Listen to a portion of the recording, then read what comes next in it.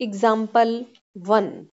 Prove that in two concentric circles, the chord of the larger circle which touches the smaller circle is bisected at the point of contact. बच्चों, इस question में क्या बोला है कि ये दो सर्कल हैं, बड़ा वाला ये C1 और छोटा वाला C2 सर्कल, और ये दोनों कॉन्सेंट्रिक हैं, मतलब इनका सेंटर सेम है, O सेंटर है इनका। और बड़े सर्कल की जो कॉर्ड है AB, ये P पॉइंट पर छोटे सर्कल को टच कर रही है। हमें प्रूव करना है कि ये जो P पॉइंट है, यानी कि पॉइंट ऑफ कांटेक्ट, ये इस AB कॉर्ड को बाइसेक्ट कर रहा है, मतलब AB is equal to PB prove करना है। तो इसमें हम सबसे पहले गिवन लिख लेंगे। बच्चों, गिवन क्या है? AB chord of larger circle touches smaller circle at P, और प्रूव करना है हमें AP is equal to BP। ठीक है, तो अब इसमें कंस्ट्रक्शन में हमने ज्वाइन किया O को A से, OB को भी ज्वाइन किया और OP को भी। ठीक है, तो कंस्ट्रक्शन लिख लेंगे, join OA, OB and OP। देखो बच्चों, अब हमने ट्राइंगल OAP और ट्राइंगल OBP को कंसीडर किया है। इन दोनों ट्राइंगल में OP कॉमन है, तो OP is equal to OP लिख सकते हैं कॉमन, और OA is equal to OB, radii of the same circle, बड़े सर्कल के दोनों रेडाई है ना, OA और OB।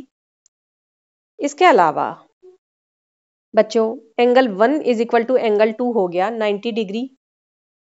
ठीक है, 90 डिग्री ईच। अब दोनों ट्राइंगल OAP और OBP दोनों कॉन्ग्रुएंट हो जाएंगे RHS से। ठीक है, ये कॉन्ग्रुएंट हो गए तो AP is equal to PB हो गया CPCT से, और यही हमें प्रूव करना था।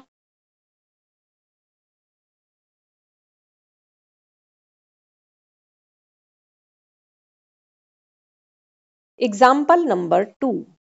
Two tangents TP and TQ are drawn to a circle with center O from an external point T. Prove that angle PTQ is equal to twice angle OPQ. बच्चों, एक ये सर्कल है और इसका सेंटर O है, external point T है, और ये दो टेंजेंट्स हैं TP और TQ, और ये कॉर्ड है बच्चों PQ। हमें प्रूव करना है ये एंगल PTQ इस OPQ एंगल के डबल है। ठीक है, तो सबसे पहले गिवन लिख लिया और टू प्रूव लिख लिया। अब प्रूफ देखो बच्चों, TP और TQ इक्वल होंगे ना, क्योंकि दोनों ही एक्सटर्नल पॉइंट T से टेंजेंट्स ड्रॉ किए हुए हैं और ये टेंजेंट्स इक्वल होते हैं। तो बच्चों, जब ये साइड्स इक्वल हो गई TP और TQ, तो ये एंगल्स जो हैं, एंगल TPQ और एंगल TQP, ये दोनों भी इक्वल हो जाएंगे ना। सपोज इन दोनों को मैंने x लिख लिया है, दोनों इक्वल हो गए, इनकी वैल्यू x डाल दी है।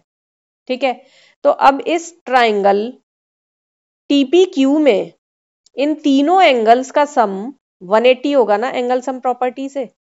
तो हम कह सकते हैं angle x plus angle PTQ, ये लिखा x plus PTQ is equal to 180 degree angle sum property से।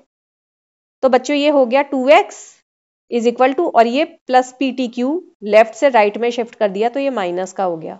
ठीक है, तो बच्चों 2x इज इक्वल टू आ गया 180 माइनस PTQ।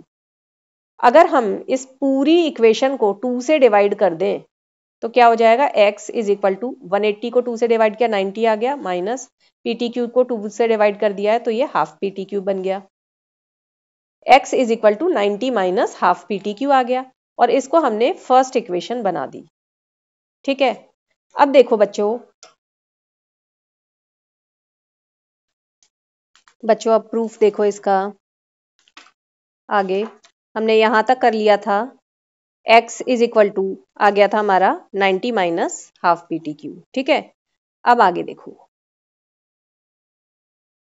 ये OPT, ये पूरा एंगल 90 होगा ना, क्योंकि ये रेडियस OP और PT टेंजेंट, तो रेडियस और टेंजेंट के बीच में एंगल 90 बनता है।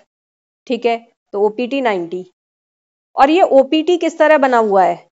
OPQ, ये जो एंगल है OPQ, ठीक है, वो लिखा, प्लस इस एंगल एक्स को ऐड कर दिया ओपी क्यू प्लस एक्स से, ये पूरा ओपीटी बना हुआ है, तो हम लिख सकते हैं O P Q plus X is equal to 90। बच्चों हमने ओपी क्यू को लेफ्ट से राइट में शिफ्ट कर दिया, तो ये हो गया 90 माइनस ओपी क्यू, और इसको सेकेंड इक्वेशन बना दी। फर्स्ट इक्वेशन हमारी ये है, ये भी एक्स की वैल्यू आई है, और सेकेंड इक्वेशन ये है।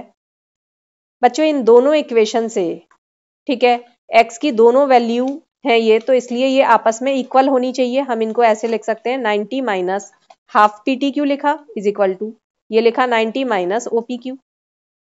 दोनों तरफ 90 90 कैंसल हो जाएगा, ठीक है।